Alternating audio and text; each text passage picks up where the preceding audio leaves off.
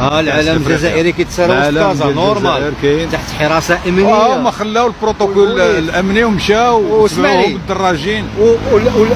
اول مره تنشوف هنايا طاقم طبي يعني كيتباع، يعني هذا فريق الفريق جزائري طاقم طبي ديال الدوله هذا يعني مجهز، سياره مجهزه احدث الوسائل يعني الطبيه واللوجستيكيه تم توفيرها يعني هذا الفريق الشقيق ووسط كازا عادي جدا من اجل يعني ضمان السلامه والحمايه ديالهم الى احدى القاعات الرياضيه من تحت الطلب اللي طلبوها يعني الفريق انهم باش يجيو يديروا فيها التسخينات ديالهم المتدربين قاعه رياضيه وسط كازا والدار ولا احتجاج على العلم الجزائري، عادي كاين بخير يعني كرم الضيافه. الصوره لنا والتعليق لكم، ما كاين لا حساسيه في الدرابو ولا لا والو. حتى حاجه داك الشيء. شوف الرياضه الدرابو ديال المغرب راسخ عبر التاريخ وعبر وكنتسناو شي حد، ولكن كما كتشوف ما كاين لا حساسيه، عادي باش تعرف. الحراسه الامنيه الطاقم الطبي موفرين لهم جميع.